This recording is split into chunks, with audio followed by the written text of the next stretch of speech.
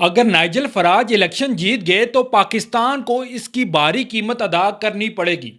पाकिस्तानी हुक्मरानों और हुकूमत के अरकान पर यूके में दाखिले की पाबंदी लग सकती है, उनके एसेट्स फ्रीज किए जा सकते हैं और आम पाकिस्तानियों के लिए वीज़ास पर मुकम्मल पाबंदी लगा दी जाएगी। ये सब कुछ कहना है रिफॉर्म यूके के होम अफेयर्स स्पोकपर्सन जिया यूसुफ का। जी हाँ, यूके की सियासत और पाकिस्तान के साथ उसके सफारती ताल्लुकात में इस वक्त एक ऐसा तूफान आ चुका है जिसने पूरे यूरोप में हलचल मचा दी है। बात इतनी आगे बढ़ चुकी है कि अब सीधी धमकियों और पाबंदियों की बातें हो रही हैं। नाइजल फराज की पार्टी रिफॉर्म यूके के होम अफेयर्स स्पोकपर्सन जिया यूसुफ ने एक बॉम्बशेल ऐलान कर दिया है।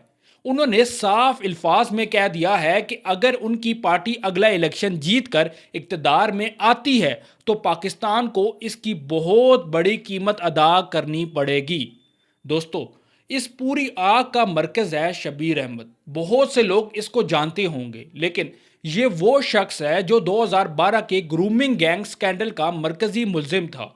इस दरिंदे ने मासूम बच्चियों के साथ जो किया, उस पर यूके की अदालत ने इसे 22 साल कैद की सज़ा सुनाई थी। 14 साल जेल में गुजारने के बाद अब ये रिहा हुआ है और यूके होम ऑफिस ने इसकी ब्रिटिश शहरियत भी ख़त्म कर दी है। यूके हुकूमत चाहती है कि शबीर अहमद को फ़ौरन डिपोर्ट करके पाकिस्तान भेज दिया जाए, लेकिन जहां एक बहुत बड़ी कानूनी रुकावट आ गई है।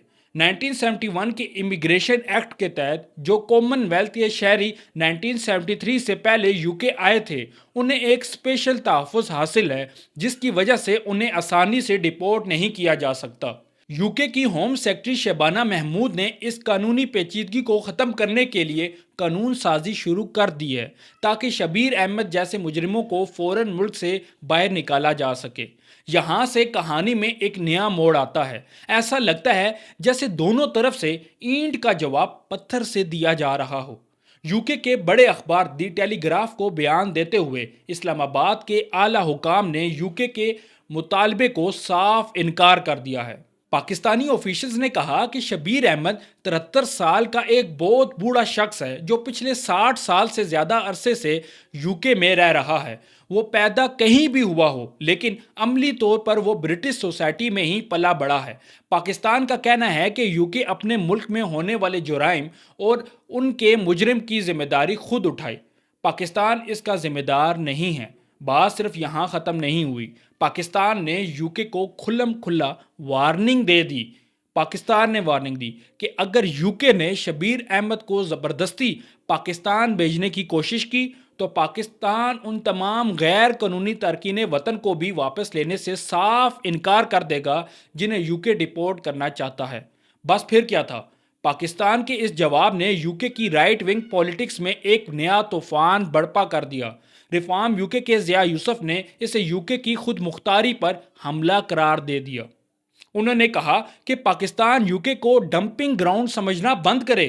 उनका कहना था कि यूके में पाकिस्तानियों की एक बड़ी तादाद गैर कानूनी तौर पर रह रही है जिन्हें डिपोर्ट करना यूके का हक है। जिया यूसुफ ने आग में तेल डालते हुए कहा, अगर हमारी हुकूमत आई तो हम ना सिर्फ शबीर अहमद बल्कि तमाम गैर कानूनी मुजरिम को पाकिस्तान वापस भेजेंगे, और अगर पाकिस्तान ने नखरे दिखाई या इनकार किया तो हम पाकिस्तानी हुकूमत के अरकान पर पाबंदियां आयद करेंगे, उनके यूके में मौजूद एसेट्स फ्रीज कर देंगे और पाकिस्तानी शहरियों पर मुकम्मल वीज़ा पाबंदी लगा देंगे, जैसे कि मैंने पहले भी बताया।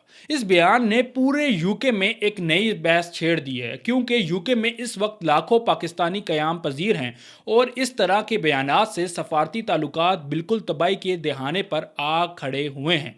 दोस्तों, यहाँ ये बात समझना बहुत ज़रूरी है कि यूके पहले भी उन मुल्कों पर वीज़ा पाबंदी लगा चुका है जो अपने मुजरमों या गैर कानूनी तारकीन वतन को वापस लेने से इनकार करते हैं।